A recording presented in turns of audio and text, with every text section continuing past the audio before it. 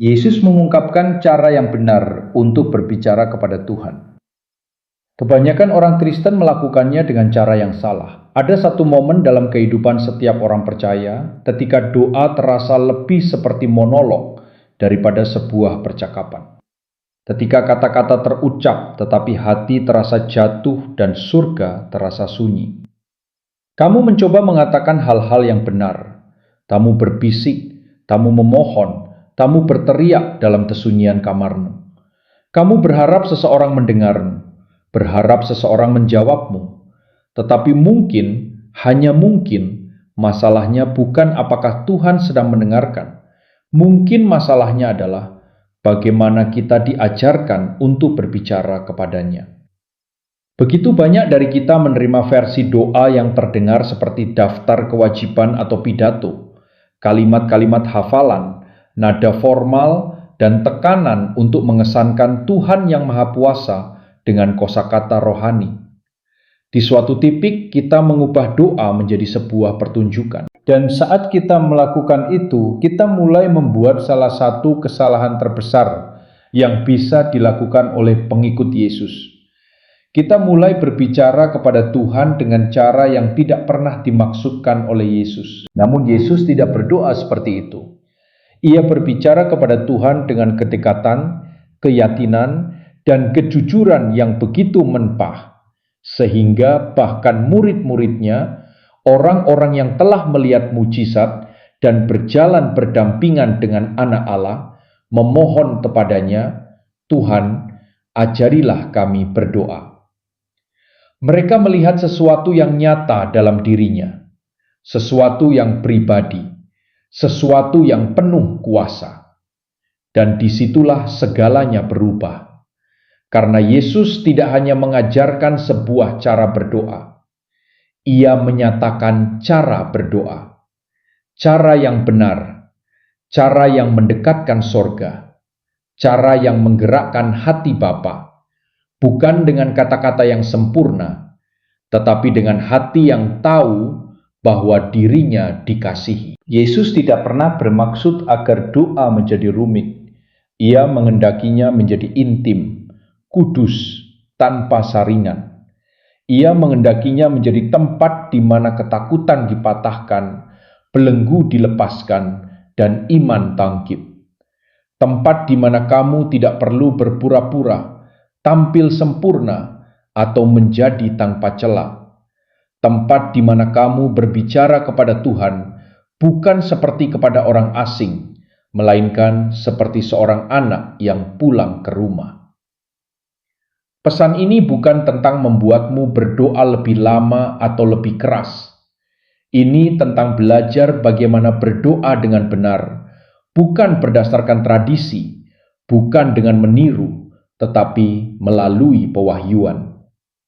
Yesus telah menyatakan caranya, dan ketika kamu melihatnya, ketika kamu sungguh memahaminya, kehidupan doamu tidak akan pernah sama lagi. Jadi jangan lewatkan ini. Jangan puas dengan doa-doa kosong dan malam-malam yang sunyi. Yesus menunjukkan kepada kita bagaimana berbicara kepada Tuhan dan bagaimana tidak melakukannya. Dan begitu kamu mengetahui perbedaannya, kamu akan bertanya-tanya, bagaimana kamu pernah hidup tanpanya? Yang pertama, Yesus berdoa dengan cara yang berbeda. Mengapa itu penting? Pikirkan ini. Yesus, Anak Allah, berdoa. Biarkan itu meresap sejenak.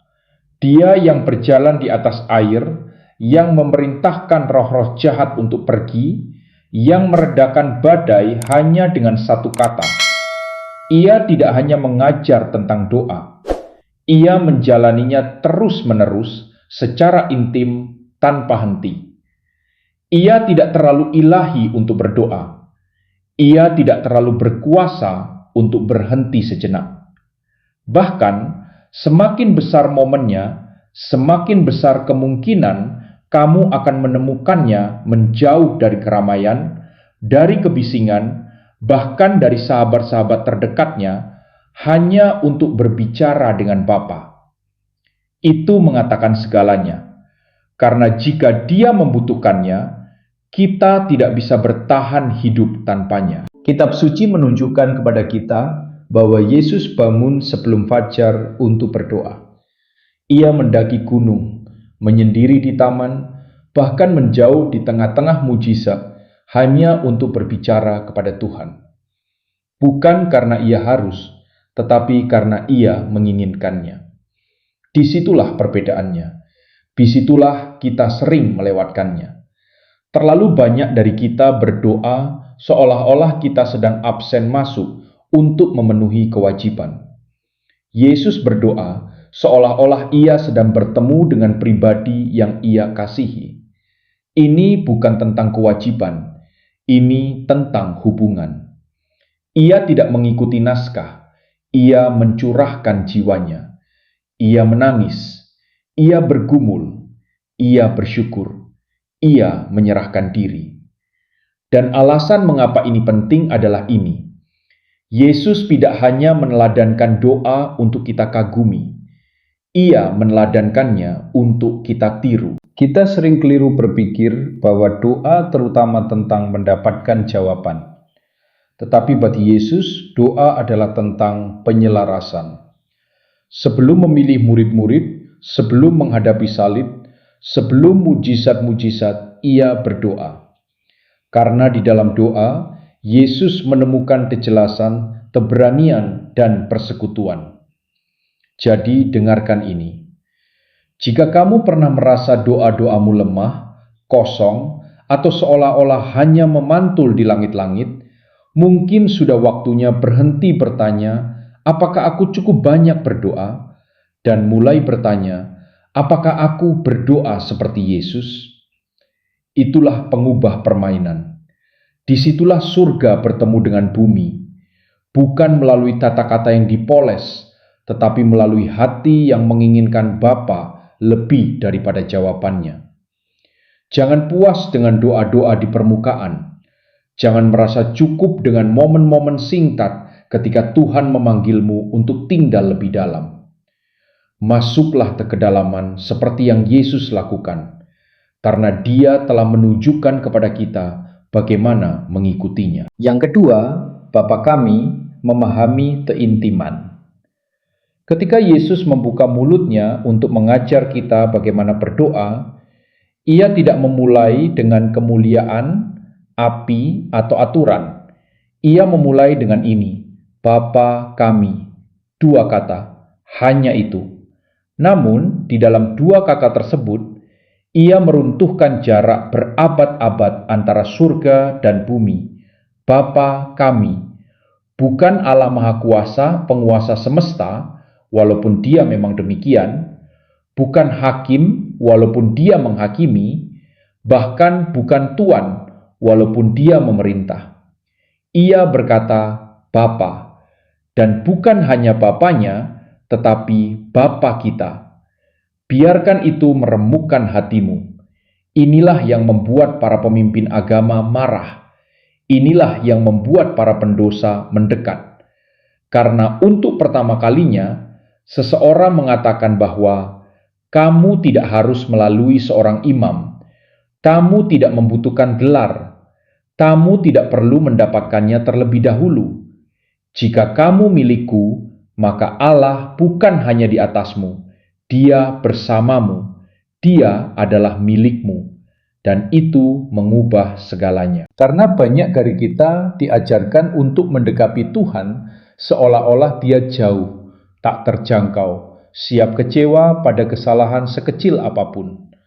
Maka kita bersembunyi di balik kata-kata kita. Kita membersihkan diri sebelum datang.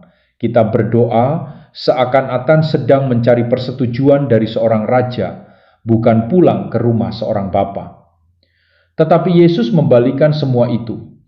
Ia mengajar kita untuk berdoa dari rasa memiliki, bukan untuk mendapatkannya. Kamu tidak memulai dengan ketakutan, kamu memulai dengan hubungan. Dia bukan hanya Tuhan, dia adalah Ayah. Dan keintiman seperti itu tidak datang melalui agama, itu datang melalui pengangkatan sebagai anak. Jadi jika kamu pernah berdoa dan merasa tidak layak, Jika kamu pernah membisikkan permohonan dan bertanya-tanya, apakah Tuhan bahkan melihatmu? Dengarkan ini. Yesus berkata, tamu tidak dilupakan. Tamu tidak sedang memohon kepada orang asing. Tamu sedang berbicara kepada Bapamu, Abamu, rumahmu. Dan kesalahan terbesar yang bisa kamu buat bukanlah berdoa terlalu sedikit. Kesalahan terbesarnya adalah berdoa tanpa mengetahui kepada siapa kamu berdoa. Jangan mengucapkan Bapa kami, seolah-olah itu formalitas. Ucapkan itu seperti sebuah pewahyuan, seolah-olah Yesus menyerahkan kunci ruang tamu Allah kepadamu dan berkata, masuklah, kamu milik di sini. Karena memang demikian, bukan karena jasamu, tetapi karena darah Dia yang mengajar kita berkata, Bapa kami. Yang ketiga, hati lebih dari kata-kata. Mari jujur, begitu banyak dari kita diajarkan bagaimana berdoa, tetapi tidak pernah mengerti mengapa. Kita diberi frasa, kalimat hafalan, dan rutinitas yang tampak rohani dari luar. Tetapi Yesus tidak terkesan dengan religiusitas yang kilati. Ia menembus semuanya dengan satu kebenaran. Tuhan tidak mendengarkan kata-kata, Dia mendengarkan hati. Dalam Matius 6:7, Yesus mengatakan sesuatu yang seharusnya menghentikan kita seketika. Ketika kamu berdoa, jangan bertele-tele seperti orang-orang yang tidak mengenal Allah, karena mereka menyangka bahwa karena banyaknya kata-kata, mereka akan didengar. Kalimat itu membalikan begitu banyak gagasan modern kita tentang doa. Yesus tidak mencari volume, Dia tidak mencari kosakata, Dia mencari kerentanan. Itulah perbedaan antara doa yang sejati dan kebisingan religius. Kamu bisa mengatakan semuanya dengan benar dan tetap meleset dari inti doa. Kamu bisa berteriak lebih keras, mengutip lebih banyak ayat, dan tetap tidak selaras dengan hati Tuhan. Jika jiwamu terputus, itu terlihat. Yesus melihat orang-orang yang menjadikan doa sebagai pertunjukan. Mereka berdoa di depan umum untuk diperhatikan. Mereka menggunakan kata-kata tinggi agar terdengar kudus. Dan ia berkata, jangan seperti mereka. Ia tidak sedang mengecam doa panjang atau gairah yang dalam. Ia sedang menyingkapkan pertunjukan yang kosong. Karena kebenarannya adalah, Tuhan tidak digerakkan oleh kemampuanmu untuk mengesankannya. Dia digerakkan oleh kesediaanmu untuk nyata di hadapannya. Yesus berdoa dengan emosi, dengan air mata, dengan kejujuran. Ia berseru dalam penderitaan di Getsemani. Ia menangis di depan kubur Lazarus. Ia berbicara dengan sukacita, dengan keberanian, dengan penyerahan diri. Itulah jenis doa yang Bapa kasihi, bukan karena sempurna, tetapi karena benar. Jadi biarkan ini membebaskanmu. Kamu tidak perlu terdengar rohani untuk didengar. Kamu tidak perlu merangkai kata-kata yang tepat. Cukup berbicaralah dari hatimu. Bisikkan keraguanmu, tumpahkan sakitmu, tertawalah dalam sukacitamu. Tuhan sanggup menanggung semuanya.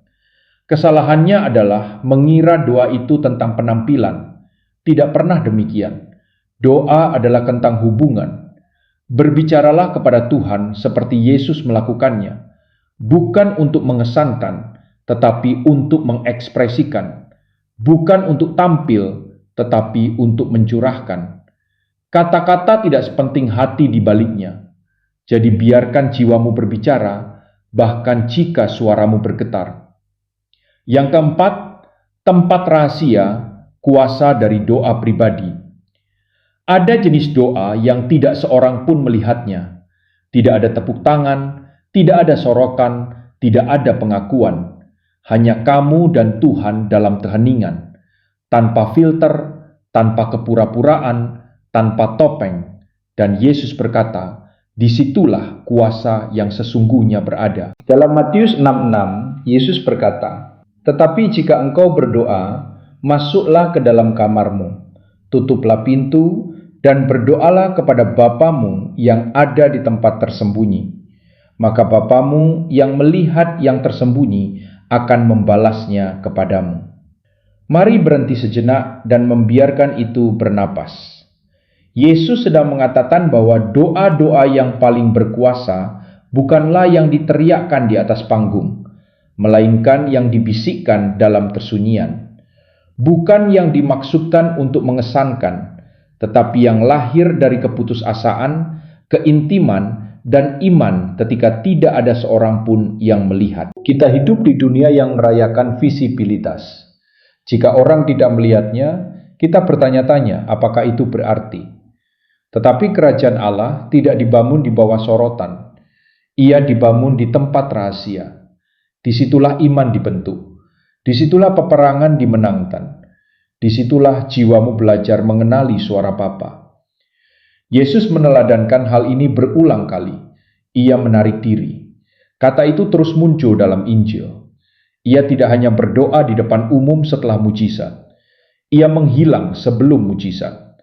Ia naik ke gunung. Ia menyelinap ke taman. Ia bahkan berdoa sepanjang malam. Mengapa?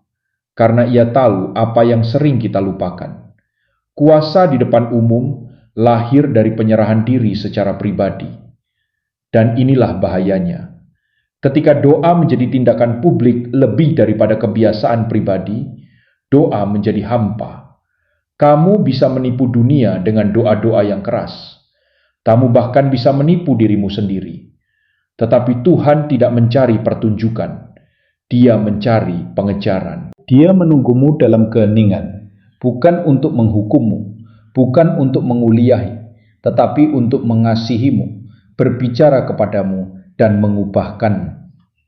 Jadi jika kehidupan doamu terasa kering atau jauh, mungkin bukan karena Tuhan menjauh, mungkin karena kita melupakan tempat rahasia. Mungkin kita menukar keintiman dengan kesibukan. Jangan lewatkan ini. Tempat rahasia bukanlah lokasi, itu adalah sikap. Itu adalah ruang batin di hatimu, di mana hanya Tuhan yang diizinkan masuk. Dan ketika kamu kembali ke tempat itu, ketika kamu menutup pintu dari gangguan dan membuka jiwamu, Dia akan menemui kamu di sana setiap kali. Itulah janjinya. Itulah upahnya, bukan ketenaran, bukan kekayaan. Dia sendiri. Yang kelima, ketekunan, iman, dan penyerahan diri. Salah satu pelajaran tersulit yang pernah Yesus ajarkan tentang doa juga merupakan salah satu yang paling membebaskan. Jangan berhenti ketika terasa seolah Tuhan diam, ketika jawabannya belum datang, ketika kamu lelah menunggu. Yesus mendekat dan berkata, "Teruslah melangkah, jangan menyerah, percayalah kepadaku." Dalam Lukas 18, Yesus menceritakan kisah seorang janda yang tekun. Hari demi hari, ia memohon kepada seorang hakim untuk mendapatkan keadilan. Ia tidak kenal lelah, ia tidak mundur, dan pada akhirnya, bukan karena sang hakim adil, tetapi karena ia menolak untuk berhenti, hakim itu memberikan apa yang ia minta. Lalu Yesus berkata kepada kita, "Tidakkah Allah akan membenarkan orang-orang pilihannya yang siang malam berseru kepadanya? Dan adakah ia akan memulur-ulur waktu sebelum menolong mereka?" Yesus tidak sedang menyamakan Allah dengan hakim yang tidak adil. Ia sedang memperbandingkannya. Jika ketekunan dapat menggerakkan hati manusia yang cacat, betapa lebih lagi itu menggerakkan hati Bapa yang penuh kasih. Tetapi inilah kuncinya. Ketekunan dalam doa bukan tentang merengek kepada Tuhan. Ini tentang menunjukkan kepada Tuhan bahwa kamu percaya kepadanya, bahwa kamu mempercayai kebaikannya, bahkan ketika jawabannya belum datang. Bahwa imanmu tidak dibangun di atas kecepatan, tetapi di atas penyerahan diri. Karena doa bukan hanya cara kita membawa keinginan kita kepada Tuhan. Doa adalah cara Tuhan menyelaraskan keinginan kita dengan kehendak-Nya. Lihatlah Yesus di Getsemani. Beban salib menghimpitnya. darah bercucuran dari dahinya, dan ia memanjatkan doa manusia yang paling mentah dalam kitab suci. Bapa, jika Engkau mau, ambillah cawan ini daripadaku. Namun bukan kehendakku, melainkan kehendak-Mu yang jadi. Itu bukan kelemahan, itu kekuatan. Itulah wujud penyerahan diri. Ia meminta, ia bergumul, ia percaya, ia tunduk. Terkadang tindakan iman terbesar bukan berkata, Tuhan, lakukan dengan caraku, melainkan berkata, Tuhan, aku percaya pada caramu, sekalipun itu menyakitkan. Jadi jika kamu berada dalam musim keheningan, teruslah berdoa. Jika jawabannya lebih lama dari yang kamu harapkan, tetaplah berlutut. Jangan berhenti. Jangan biarkan penundaan membuatmu berpikir Tuhan menolakmu. Dia tidak mengabaikanmu. Dia sedang membentukmu. Dan ketika kamu terus datang, bukan karena apa yang Dia berikan, tetapi karena siapa Dia, disitulah mujizat yang sesungguhnya dimulai. Tidak selalu dalam keadaanmu, tetapi dalam jiwamu. Yang keenam, berdoa dengan pengampunan dan kasih. Ini adalah salah satu kunci doa yang penuh kuasa, yang paling sering diabaikan. Bukan seberapa lama kamu berdoa, bukan seberapa keras, bahkan bukan seberapa besar imanmu. Ini tentang seberapa besar pengampunan yang kamu bawa. Dalam Markus 11:25, Yesus mengatakan sesuatu yang seharusnya mengguncang kita. Dan jika kamu berdiri untuk berdoa, ampunilah dahulu sekiranya ada barang sesuatu dalam hatimu terhadap seseorang, supaya juga Bapamu yang di sorga mengampuni kesalahan-kesalahanmu. Itu bukan sarang, itu perintah. Yesus mengaitkan hubunganmu dengan Tuhan dengan hubunganmu dengan sesama. Ia berkata, doamu terhubung dengan hatimu, dan hati yang penuh dengan kepahitan tidak dapat sepenuhnya terbuka kepada Tuhan. Mengapa? Karena salib dibangun di atas pengampunan. Itulah fondasi iman kita. Yesus tidak hanya mengajarkannya, Ia menghidupinya. Saat Ia tergantung di kayu salib, dipukuli, berdarah, diejek oleh orang-orang yang Ia datang untuk selamatkan, Ia tidak memanggil penghakiman. Ia tidak membela diri. Ia berdoa, Bapa, ampunilah mereka. Jika ada seseorang yang berhak memegang amarah, itu adalah Yesus. Tetapi Ia melepaskannya. Bukan karena mereka layak, tetapi karena kita pun tidak pernah layak. Dan Ia memanggil kita untuk melakukan hal yang sama. Ketidakmengampunan meracuni doamu. Ia menutup rohmu. Ia membangun tembok antara kamu dan Tuhan. Kamu tidak bisa menyimpan kebencian di hatimu dan mengharapkan surga membanjiri hidupmu. Keduanya tidak bisa hidup berdampingan. Ini tidak berarti pengampunan itu mudah. Tidak. Ini adalah salah satu hal tersulit yang pernah Tuhan minta darimu. Tetapi ini juga salah satu yang paling membebaskan. Karena pengampunan tidak membenarkan apa yang seseorang lakukan. Pengampunan melepaskanmu dari cengkeraman yang masih mencengkeram jiwamu. Jadi, sebelum kamu mengucapkan satu kata doa lagi, berhentilah sejenak. Mintalah Roh Kudus. Apakah ada seseorang yang perlu aku ampuni? Apakah ada kepahitan yang masih aku simpan? Apakah ada kasih yang kutahan? Jangan mengabaikannya. Jangan terburu-buru melewatinya. Ini adalah tanah yang kudus. Yesus menjelaskannya dengan jelas. Jika kamu ingin hatimu terbuka kepada Tuhan, hatimu juga harus terbuka kepada sesama. Pengampunan tidak hanya membuka damai dengan orang lain. Pengampunan membuka kuasa dalam doa. Ketika kamu memilih kasih daripada kepahitan, anugerah daripada dendam, Kamu bukan hanya mengikuti Yesus, kamu berjalan dalam kekuatannya. Dan di dalam hati seperti itu, Tuhan bergerak. Yang ketujuh, dalam nama Yesus, akses ke tahta. Ada sebuah frasa yang sering kita ucapkan dalam doa, sehingga kita lupa bobot yang dikandungnya. Dalam nama Yesus. Kita mengucapkannya di akhir doa, seolah-olah tanda baca. Tetapi, ketika Yesus mengajar kita untuk berdoa dalam namanya, Ia tidak sedang memberikan slogan, Ia sedang menyerahkan otoritas. Dalam Yohanes 14, Yesus berkata, "Dan apa juga yang kamu minta dalam namaku, Aku akan melakukannya, supaya Bapa dipermuliakan di dalam Anak. Jika kamu meminta sesuatu kepadaku dalam namaku, Aku akan melakukannya." Itu bukan rumus ajaib, itu bukan celah rohani, itu adalah undangan ke dalam kemitraan ilahi. Berdoa dalam nama Yesus berarti datang kepada Tuhan melalui Dia, bukan mengitari Dia. Itu berarti ketika kita berdoa, kita tidak mendekati tahta dari sebuah ilah yang jauh. Kita melangkah ke hadirat Bapa yang penuh kasih melalui Anak yang telah membuka jalan.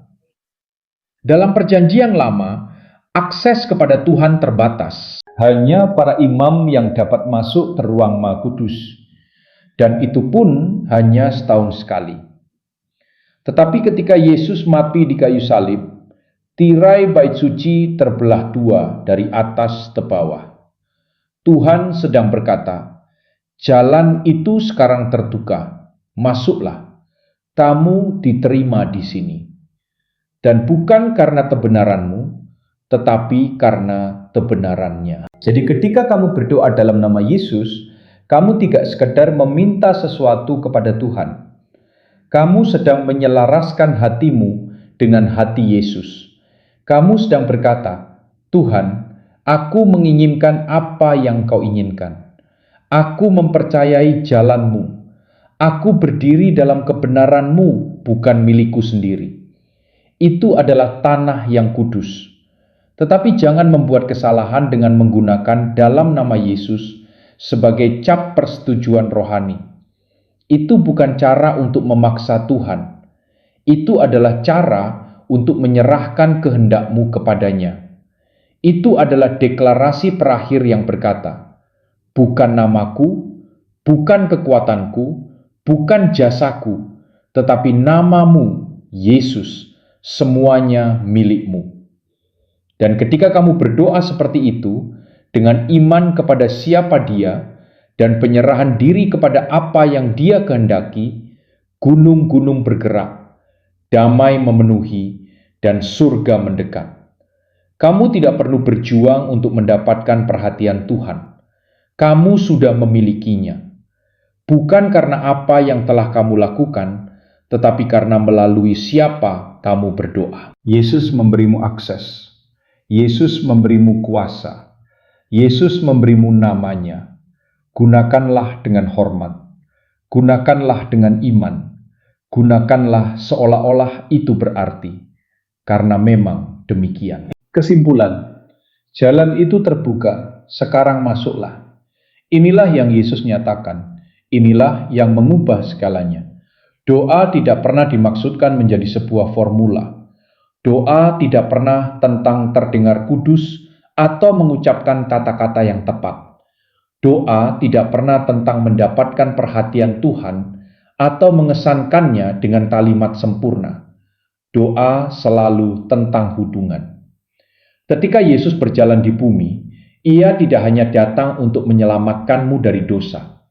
Ia datang untuk membawamu kembali kepada Bapa, memulihkan kedekatan yang hilang di taman, merobohkan jarak, rasa bersalah, dan rasa malu, serta mengundangmu masuk ke dalam sesuatu yang lebih dalam daripada agama, yaitu persekutuan. Ia menunjukkan bahwa doa bukan untuk segelintir orang. Doa adalah untuk yang hancur, yang lapar, yang putus asa, yang biasa. Doa adalah untukmu saat ini. tepat di tempatmu berada. Ia mengajar kita berkata, Bapa kami, karena ia ingin kamu tahu bahwa kamu milik. Ia memperingatkan kita terhadap pengulangan kosong, karena ia menginginkan hatimu, bukan penampilanmu. Ia memanggil kita ke tempat rahasia, karena ia rindu bertemu denganmu secara pribadi, intim, jauh dari kebisingan. Ia mengajarkan ketekunan, karena ia tahu penantian adalah tempat imanmu menjadi nyata. Ia menuntut pengampunan, karena ia tahu tidak ada yang meracuni doa seperti hati yang mengeras. Dan ia memberimu namanya, karena melalui dia kamu memiliki akses ke tahta surga. Jadi sekarang, apa yang akan kamu lakukan dengan apa yang Yesus nyatakan? Jangan lewatkan satu hari lagi berdoa karena kebiasaan, ketakutan, atau tradisi. Jangan puas dengan kata-kata dangkal ketika Allah yang hidup sedang menantikan jiwamu. Jangan membuat kesalahan dengan berdoa seperti seseorang yang ragu bahwa dirinya dikasihi. Kamu dikasihi, kamu diundang, kamu dilihat, dan jalan itu terbuka. Masuklah, bicaralah, diamlah, berserulah, tersungkur, angkat tanganmu, bisikkan namanya, serukan pujianmu, berbicaralah kepada Tuhan seperti Yesus melakukannya, karena Yesuslah yang membuatnya mungkin. Dan ketika kamu melakukannya, ketika hatimu selaras dengan hatinya, ketika suaramu menjadi gema dari anak, surga akan bergerak. Inilah cara kamu seharusnya berdoa. Inilah cara Yesus menyatakan jalannya. Sekarang, giliranmu untuk melangkah masuk. Jangan menunggu, Dia sedang mendengar.